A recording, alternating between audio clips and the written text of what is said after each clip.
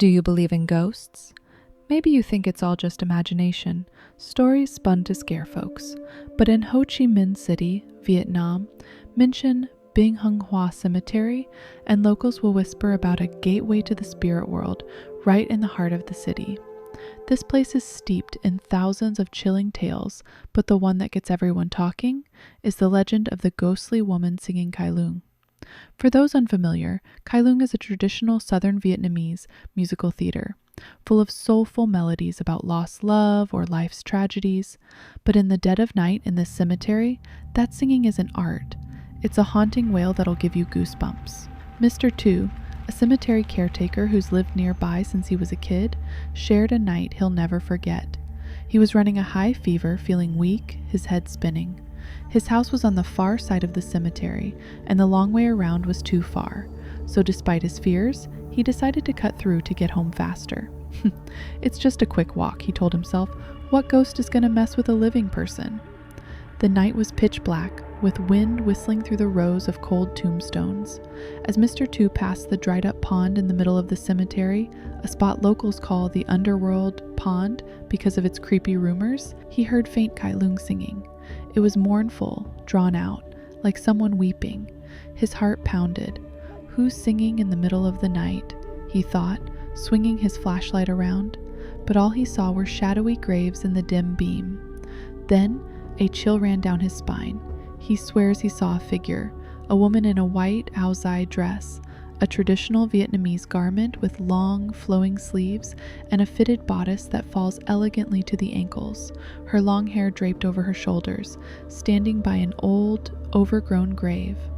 Her eyes gleamed like she was crying, staring right at him. Mr. Tu froze, his legs like lead, his flashlight trembling in his hand. The singing stopped abruptly. The air went dead silent, save for the wind rustling dry bushes. Out of the corner of his eye, he caught a dark shape crouching by an unmarked grave. Its pale, unblinking eyes locked onto him. Panicked, his heart racing, he bolted for the cemetery gate, not daring to look back. But just as he neared the exit, a cold whisper brushed his ear. "Don't leave me." Mr. Tu says when he got home, he was drenched in sweat despite the chilly night. From then on, he never dared cross the cemetery after dark, no matter how urgent. He even started visiting the nearby shrine to burn incense, praying for peace. Word of Mr. Tu's story spread like wildfire through the neighborhood and beyond. Some believed him, others scoffed, saying his fever made him see things. But the tales kept piling up, especially around that underworld pond. Miss Nim, a street vendor selling sweet rice porridge near the cemetery's market, said she often saw wet footprints on the dry dirt path from the pond to the gate every morning. "Shivering gave me chills," she said, her voice shaky. "It didn't rain the night before." Then there was a group of young guys eager to test their courage who brought a guitar to the cemetery one midnight. They were strumming and singing when a woman's voice joined in, soft and sad, like Kai Lung, but with no clear words. It came from behind them, but when they turned, there was nothing but darkness and silent graves. They ran for their lives, leaving the guitar behind.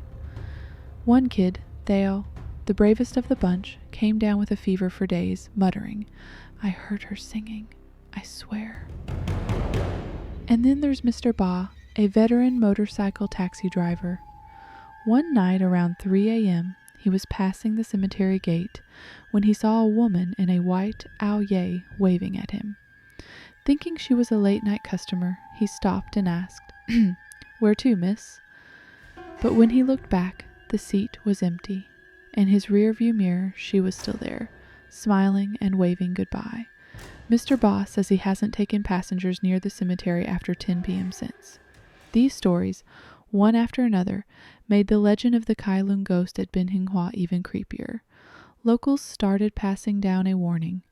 Serious. It's fine to pass through Binh Hung Hoa by day, but at night, don't even try. But that's not the spookiest part. Tucked in a quiet corner of the cemetery, near rows of moss-covered graves, there's a peculiar tomb, the grave of the doll, Xiang Lei Hang, They say Lei Hung died as a young child in the 90s, before parts of the cemetery were redeveloped.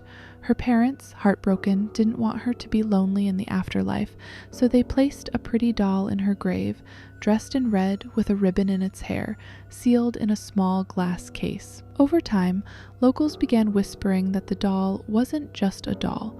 By day, it sits still in its case, but at night, people passing by swear its glass eyes glimmer, like there's a light inside. Some say when they pray at the grave, the doll's head seems to tilt, as if listening. An old man who often lights incense there said, "I prayed for my sick grandson, and the next day he was better.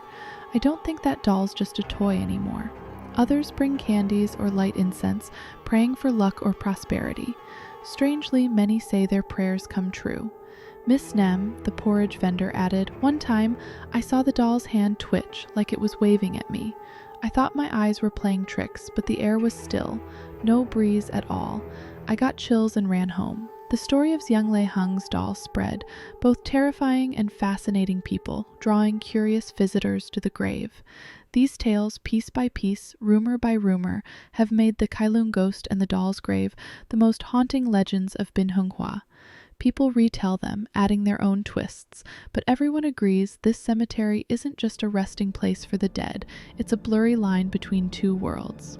These stories, along with others, were captured by a YouTuber who interviewed locals around Bin Hung Hua. When the video hit social media, it exploded with thousands of comments, some creeped out, others sharing their own encounters. Two stories from the comments stood out as particularly chilling. The first came from Thung, a guy born and raised right next to the cemetery. His house just steps from a row of old graves. He said 3 generations of his family have seen strange things.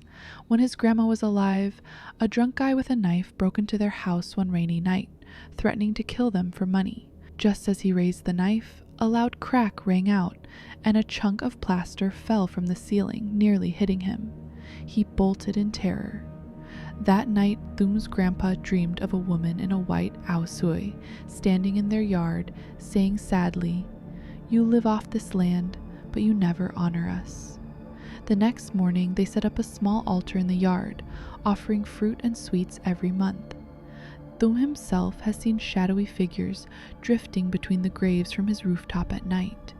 At first he thought he was tired, but it happened too often to dismiss. The worst was one night when he was drunk, stumbling home through the cemetery. As he pushed his bike, it felt heavy, like someone was gripping the handlebars, steering him toward the graves. He fought it, panicked, but woke up in his locked house with no memory of getting inside. His family fast asleep, no one having opened the door. He swears something guided him home, especially since his bike was still outside the cemetery gate the next morning. The second story came from Mr. Sung, who runs a steel shop nearby. A devout Christian, he used to scoff at ghost stories, saying, "When you die, you go to God. There's no such thing as wandering spirits." But one night, riding home late, he stopped in a secluded corner of the cemetery to relieve himself near an old grave. It was just before midnight when he heard rustling in the bushes behind him, like someone approaching. Thinking it was a thief, he zipped up and sped off. But the next day he came down with a strange condition. His private area swelled painfully, red and burning for 3 days. No hospital visit or medicine helped. Neighbors urged him to go back and apologize at the grave for disrespecting it. He brushed it off at first, but the pain was unbearable, so he returned with incense, praying for forgiveness. The next day the condition vanished. Mr. Sung doesn't deny ghosts anymore. "I can't explain it," he said, "but some things you just can't reason away." Today, locals still see Bin Hung Ho as more than just a cemetery. It's a place where the living and the dead seem to brush shoulders. By day, it's alive with the hum of scooters, people visiting graves, and vendors selling lottery tickets to superstitious folks at the gate. But at night, it falls into an eerie silence, broken only by the wind whistling through the old tombstones.